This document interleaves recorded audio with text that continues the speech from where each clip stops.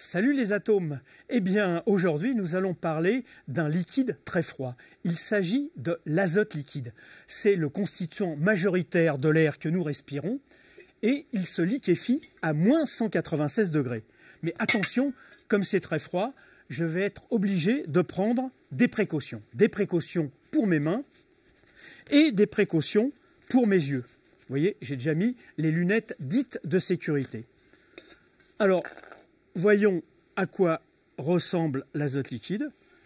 Si ce n'était que c'est à moins 196 degrés, vous voyez, c'est un liquide incolore, on dirait de l'eau. Alors, cette eau, nous allons faire une petite expérience avec. Je vais la projeter sur ce disque. Et qu'est-ce que l'on observe? On observe des petites billes qui roulent. Je recommence. Et je vais faire une expérience similaire avec de l'eau sur une plaque qui est chauffée à très haute température. Et on observe le même type de phénomène. Regardez, je fais les deux à la fois.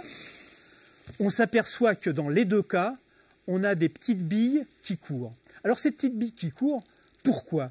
En fait, c'est que la différence de température entre l'azote liquide à moins 196 degrés et une plaque qui a une vingtaine de degrés, c'est pratiquement la même chose que de l'eau à 20 degrés qui tombe sur une plaque à 300 degrés. Il y a immédiatement une petite vaporisation de la goutte en tombant et cette goutte va se protéger justement grâce à un coussin de sa propre vapeur.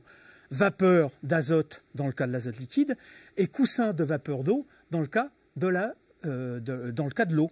Alors maintenant, je voudrais vous montrer une autre expérience. C'est une expérience à propos des élastiques. Tout ce qui est élastique qu'on appelle élastomère. Regardez, voici un gant. Ce gant, je vais le plonger dans l'azote liquide. Très rapidement, ce gant devient dur et surtout devient cassant. Il devient cassant.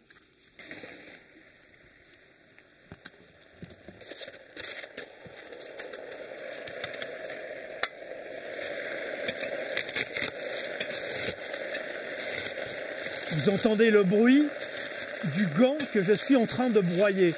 En fait, ce que nous avons obtenu, c'est ce qu'on appelle la transition vitreuse. C'est-à-dire que ça casse comme du verre. Pourquoi cette transition vitreuse? Eh bien, c'est parce qu'à ces très basses températures, les chaînes qui sont élastiques, d'un seul coup, ne peuvent plus bouger. Et quand on exerce une action dessus, eh bien, on casse. Mais si on attend suffisamment longtemps, eh bien, regardez, ça c'est un gant que j'avais déjà cassé et qui s'est réchauffé, eh bien, tout est élastique. La dernière chose que je ne vous ai pas dit, le phénomène que nous avons vu avec les gouttes, c'est ce qu'on appelle le phénomène de caléfaction. Pour la suite, je vous dis à une prochaine fois. Bonsoir les atomes.